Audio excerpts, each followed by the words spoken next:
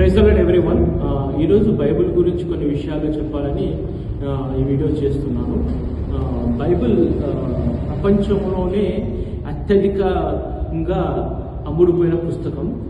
Bible అత్యధికంగా అనువదించబడిన పుస్తకం Bible.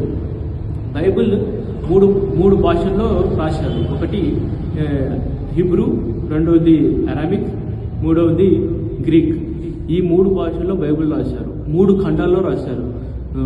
ఒకటి వచ్చేసి ఐరోపా, ఆఫ్రికా, ఏషియా. ఈ 3 ఖండాల్లో 3 కాంటినెంట్స్లో బైబిల్ రాశారు. మొత్తం 40 మంది ఈ బైబిల్ని రాశారు. కాపర్లు, రాజులు, కీర్తనకారులు, తత్వజ్ఞానులు, చాదరులు, శిష్యులు మొదలగిన వారు రాశారు.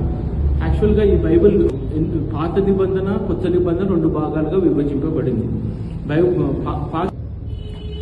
పాత నిబంధన మొత్తం చాలా కాల వ్యవధిలో రాశారు. పాత నిబంధన మధ్యలో కొద్ది గ్యాప్ ఉంది, పీరియడ్. అది 400 years గ్యాప్ ఉంది కొత్త నిబంధనకు పాత నిబంధనకు మధ్యలో. బైబిల్ చాలా కష్టాలు కూడా, చాలా ఇబ్బందికరంగా చాలామంది బైబిల్ని ఆఫ్ చేయాలని